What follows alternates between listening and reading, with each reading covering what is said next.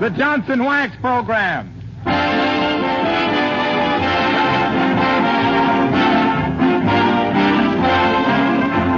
The makers of Johnson's Wax and Johnson's Self-Polishing Glow Coat present Fibber McGee and Molly, Incident 257, written by Don Quinn, with the King's Men and Billy Mills Orchestra. The show opens with There's a Great Day Coming Mañana.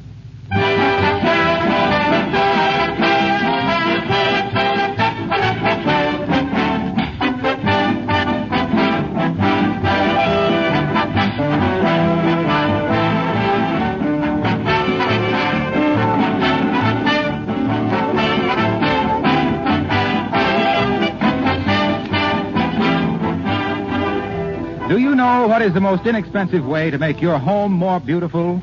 It's by the regular use of genuine Johnson's wax on your floors, furniture, and woodwork. Every application of this world-famous wax polish adds mellow, rich beauty. And every application also adds greater protection and makes house cleaning easier. In fact, I don't know of any product that you can buy that offers more advantages. Floors that are wax protected with genuine Johnson's wax take on a soft, satiny luster and gleam that sets off all your furnishings. The hard film of Johnson's wax protects floors against scuffing feet and scraping heels. Dust is whisked away in a jiffy. And there are 100 extra uses for Johnson's wax. For windowsills, lampshades, picture frames, furniture, leather goods. It's just good housekeeping to have a can of Johnson's paste or liquid wax always on hand.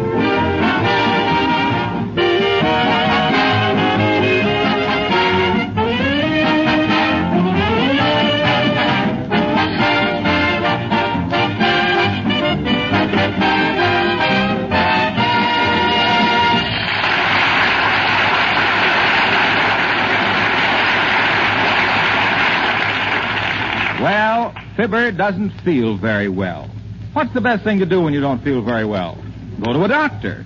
So, here in the doctor's office, where our hero is being examined for this and that, and sinus, we find Fibber McGee and Molly.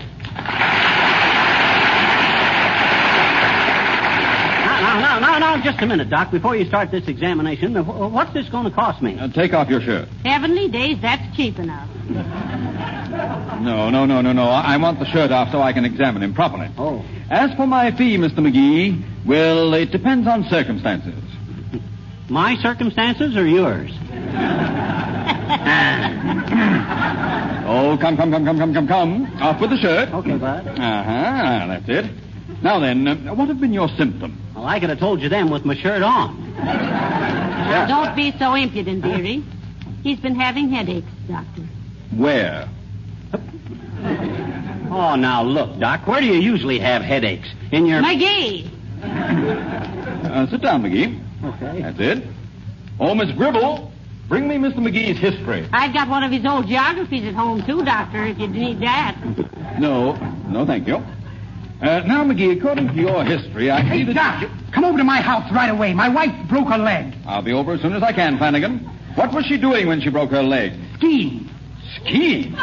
But there's been no snow since last winter. That's when she broke it. Hurry up, will you, Doc? Now, let's see. According to your history, McGee, you've had insomnia for years. I have? Yes. Any bad habits? Yes, I don't sleep good. Yes, I know. Do you drink heavily, McGee? No, I don't, Doc, but Molly's Uncle Dennis is an Hold it there. Never you mind about me, Uncle Dennis. You smoke heavily, McGee? Oh, I don't know, Doc. I never smoke more than 3 or 4 cigarettes a day. Well, that's moderate. And 25 cigars. Now we're getting somewhere. McGee, I want you to cut out tobacco entirely for 1 week and go on a bland diet. Go on a what? A bland diet. Heavenly days, and I don't think we have a bland in the house. Now, wait a minute, Doc. I've smoked all my life. You can't expect Those me are my orders. No smoking for 1 week. Then come and see me again. You better come to see me, Doc. I'll be too weak to go out. Don't be silly, McGee. I've been telling you for years to cut down on your smoking. Is that all, Doctor? For now, yes, Mrs. McGee. And McGee, drink 4 full glasses of water right now. You'll find a water cooler in the reception room. Hurry up. But what's the idea? McGee, go on. Okay. What's the idea of making him drink 4 glasses of water, Doctor? So I could talk to you privately a minute. Oh. Now, look. It's going to be a great strain on his willpower to quit smoking abruptly. You can get Guts and Borglum to carve that in a mountain, too. McGee'll never do it, Doctor. He'll have to, and you can help. How? Here, you take this little bottle of medicine. When he begins to weaken, put about 3 drops into his coffee. Yeah. It won't hurt him, but it makes tobacco taste simply terrible. Do you understand? Certainly. Would it cure him quicker if I dumped the whole bottle in at once? Oh, no. Goodness, no. Now remember, just 3 drops. Yeah, 3 drops of what? Well, the doctor was just going to say that 3 drops of prevention was worth 6 pounds a cure. Huh. How do you know he was going to say that? He hadn't got to it yet. I read lips. Oh. Well, I'll certainly give your treatment a whirl, Doc, and much obliged. Think nothing of it. I do, just about.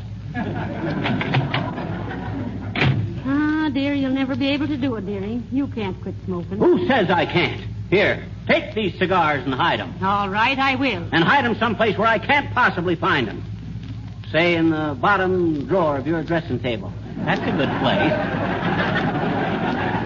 Come on, hurry, dearie. The elevator's waiting. Okay. Call your floors, please. Well, hello there, Mr. Oldtimer. I didn't recognize you. Didn't they? Yeah, and the minute young Johnny here didn't say anything to me about life having its ups and downs, I didn't recognize him either. That's pretty good, old-timer. Yep, but that ain't the way I heard it. Huh? The way I heard it, one feller says to t'other feller, says, I see where they're agitating for a prohibition in the areas where there's army encampments. Is that so, says t'other feller.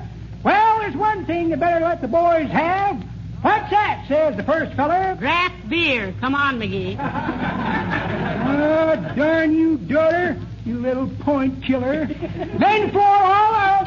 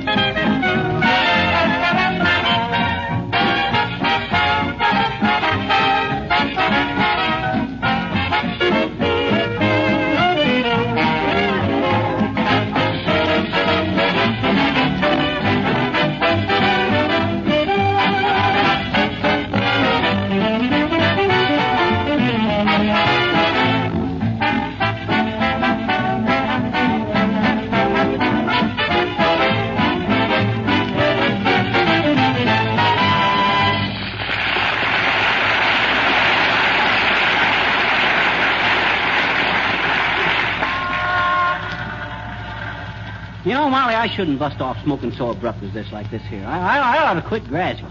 Now, think what this is liable to do to my metabolism.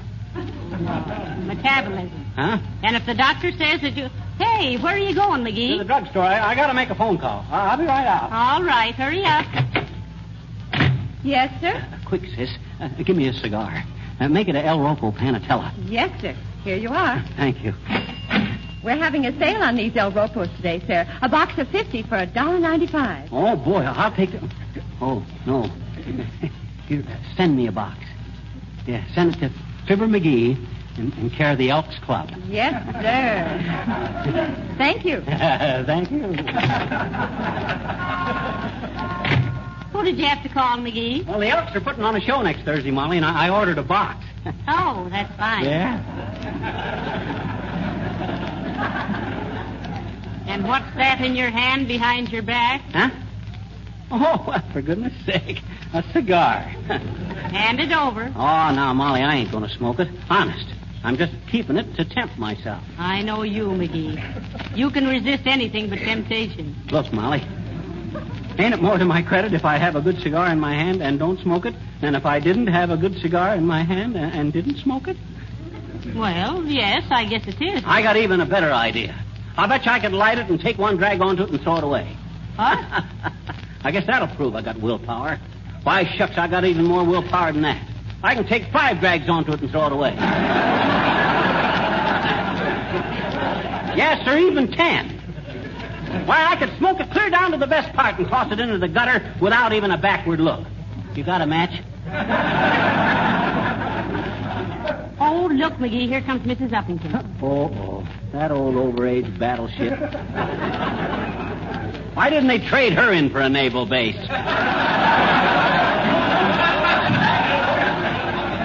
Battleship is right. That hat of hers would make a lovely crow's nest.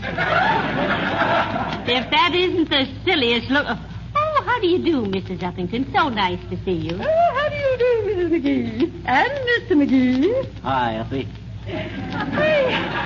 I missed you the other evening when I gave my rumba exhibition at the country club. Oh, really, you missed a very delightful evening. Well, I'm sorry, Effie. We had to see a man about a horse. Yes.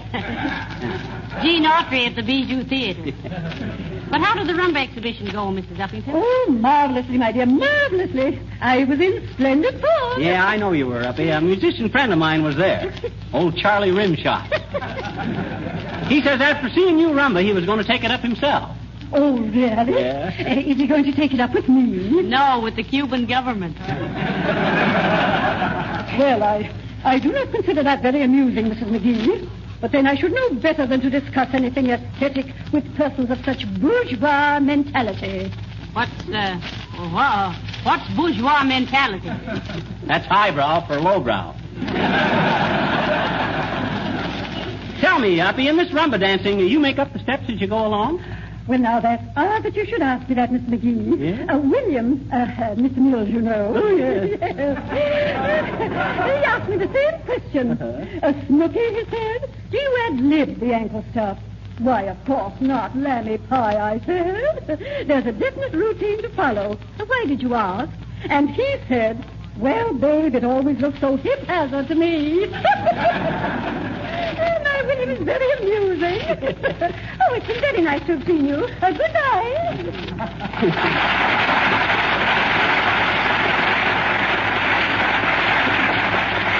Ah, dear Mrs. Uppington. There's one share of Mayflower stock that never paid a dividend.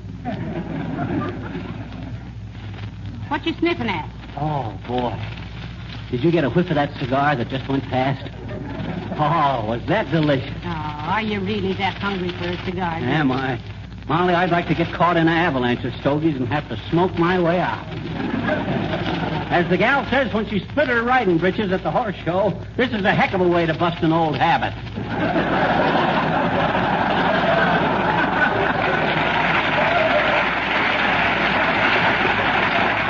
Well, calm yourself, dearie. You'll get over it. Well, You know hello there, folksies. Say, what's the matter, Fibber? What are you looking so disgusted about? Oh, hi, Harlow. He's been smoking too much, Mr. Wilcox, and the doctor's made him quit cigars for a week. Well, the doctor's probably right. People smoke a lot more than they used to. They say it's because of the fast pace, the rush and bustle of modern living, but I think it's a lot of bunk. Why? Said he, innocently, knowing very well he was giving Mr. Wilcox an opening he could drive a truck through, loaded with Johnson's Glow-Coat. Well, look, take housewives, for instance. Yeah. They have hours and hours more leisure than they had in the old days of floor scrubbing. Will you amplify that statement, Mr. Wilcox, for the benefit of our listeners and in the interest of our better relationship with the sponsor? Why, gladly, Molly. You see, instead of the old-fashioned back-breaking mop and pail days, we now have Johnson's self-polishing Glow-Coat. The floor polish that does everything but ball out the Iceman for tracking in mud. And what's a little mud to Glow-Coat? Well, it's your story, Bud. You tell it. Well, look, spots and dust can be wiped up in a jiffy from a glow-coated floor. And when you think that all you have to do to apply it is just pour a little out on the floor, spread it around, and wait 20 minutes or so, linoleum with no rub, would a mere man get in such a nervous uproar? I don't know why I should, but I'm certainly in one, up to my neck. I'm dying for a smoke. I know. I quit smoking for a week once. And when I went back to it, I went in for Egyptian cigarettes. Oh. Because I'd aged about 2,000 years. So long, Fibber.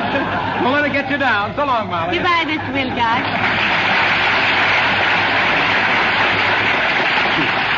Egyptian cigarettes. And he promised his mummy he'd never smoke. Oh. It's only been on a couple of weeks. Don't you get it, Molly? I said... It ain't funny, McGee. I'm nervous.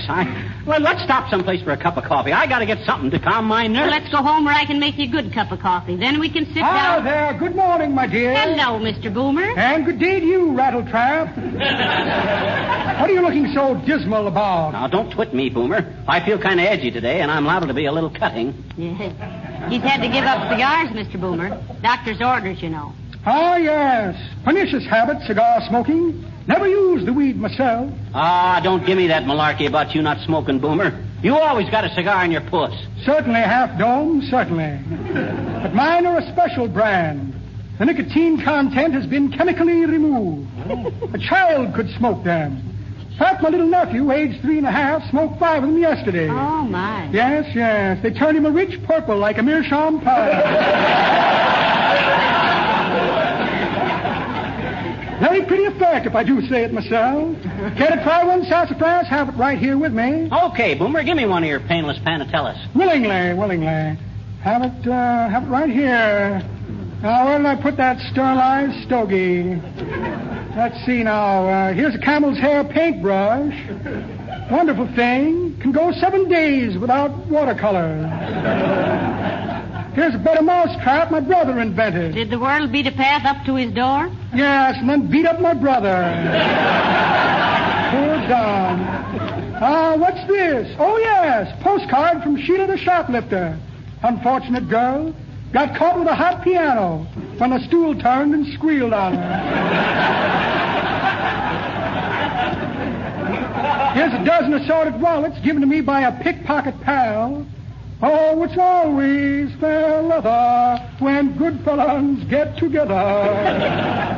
Here's a false beard with a bit of egg on it for realism. A check for a short beer. Well, that's that. No cigar. Sorry, sad puss. I'll have to try and pick one up for you someplace.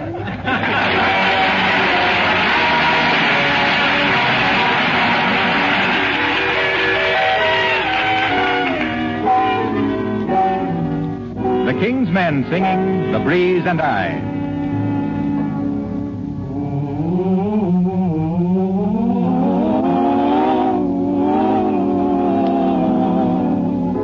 You went away. You didn't say goodbye to me. A little breeze came by to me and whispered you had gone.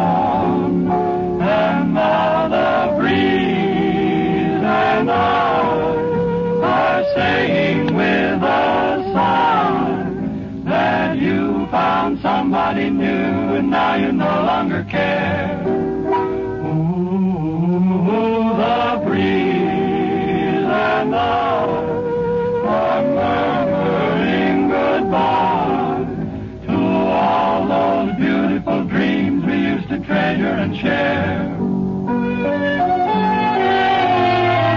Why can't we make a happy ending? The thrill lingers with me still, and it always will when the soft breezes sigh. But all about me, they know you have departed without me, and we wonder why you said goodbye. The breeze and I.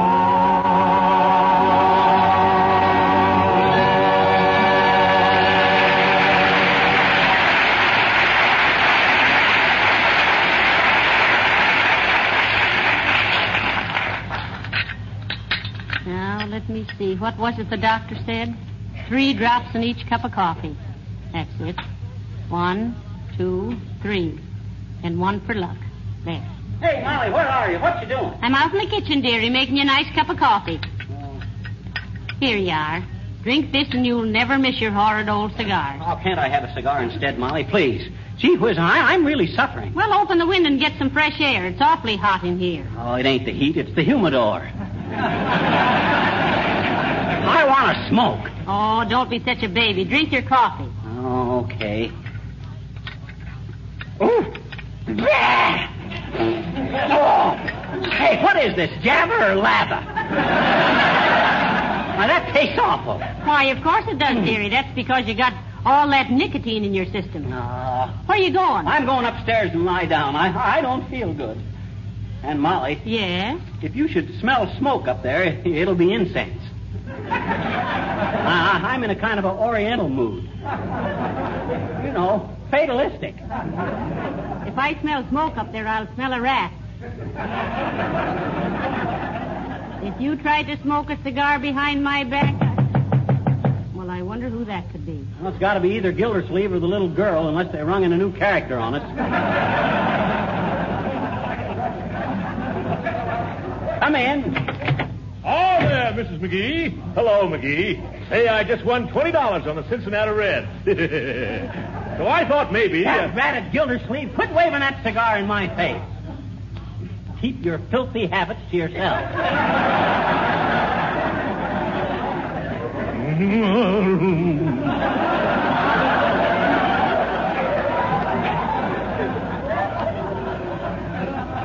Now, McGee, is that any way to talk to nice Mr. Gildersleeve? Well, no, I guess it ain't. But it'll be better when I get going good.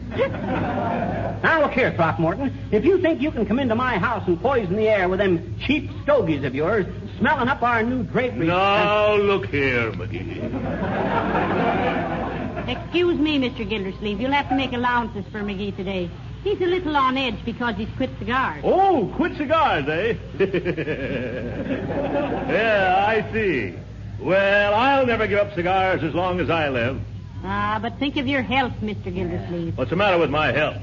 I'm as strong as an ox. Yeah, and just as dumb. What? You may think you're as dumb as an ox, Gildersleeve, but how's your wind? Could you protect your wife from the insults of some street corner bully, could you? Well, Has your hair been getting a little thin lately? Well, come to think of it, my hair... You notice that you pant a little when you lean over to tie your shoes in the morning? McGee, now that you speak of it, When you walk into a dark movie theater, do you keep seeing Donamicis in front of your eyes? By George, Mrs. McGee, I believe... Think it over, Gildersleeve. Don't you think you owe it to your loved ones? Who told you about her?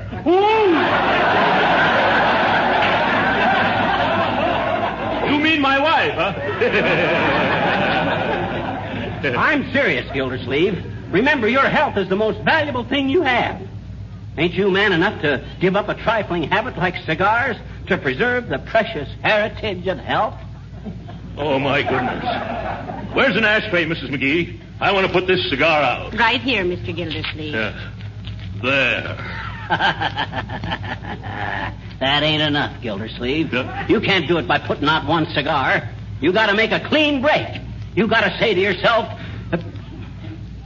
What do you call yourself when you talk to yourself? Gil.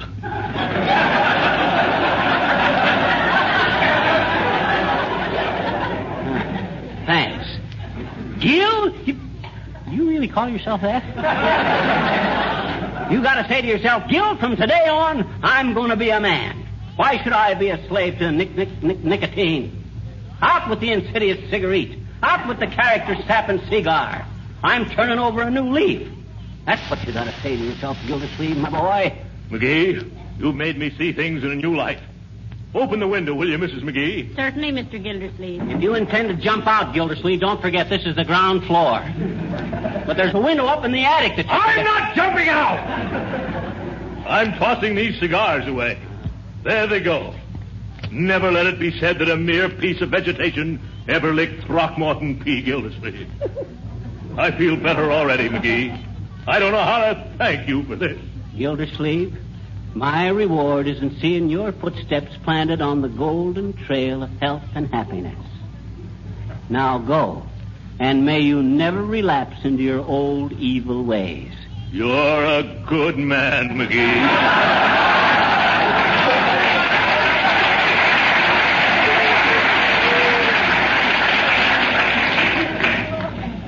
Good night, Gil. Good night, Fib. Good night.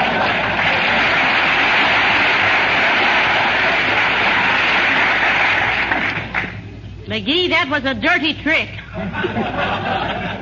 Well, I'm in a dirty mood. Here I am dying for a smoke, and that big foghorn comes in and waves a 50-cent Colorado Clara right under my nose. I had to convert him in self-defense. Another week of this, and I'll be walking down the street throwing rocks at little children and kicking the heads off the tulips. There won't be any tulips, not till next spring. Oh, I'll wait. I can hold a grudge. Don't be such a sourpuss, dearie. Don't forget the old saying that I just made up. People in paring knives that lose their temper are pretty dull to have around. People in paring? Yeah, oh, that's it. For the love of God. Here, have some hot coffee. Well, okay. Thanks, Molly. Oh, boy. Oh, that's awful. Oh, boy, I can't even enjoy a cup of coffee. Aha, so you're convinced now. Yes, I'm convinced. You're absolutely right, Molly. I'm through. I'm through for good.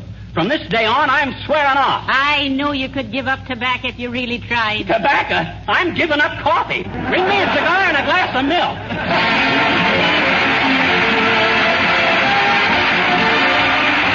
Fibber and Molly will be back in just a moment.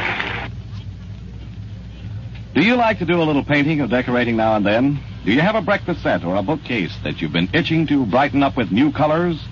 Then listen carefully while I tell you about Johnson's newest product, a brand new kind of enamel that actually has wax mixed right in it. It's called Johnson's Wax Enamel, and it's different from any enamel you've ever tried before. Because of its wax content, wax enamel dries with a beautiful soft luster, satiny smooth, that lovely finish that only wax can give. And that isn't the whole story either. A wax enamel finish is harder to mar or scratch and much easier to clean. You brush wax enamel like any ordinary enamel. A little goes a long way, and one coat nearly always covers. Look over the wide assortment of stunning wax enamel colors now at your hardware, paint, or department store. You're sure to like the extra beauty that wax enamel gives.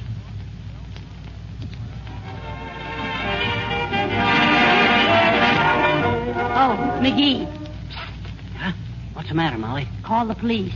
I heard a noise under our window. Oh, that's okay. That's just Gildersleeve looking for them cigars he threw out. Why don't you be nice and go help him look? It's no use, Molly. They ain't there. You mean you... Yes. Oh. Good night. Good night, Al.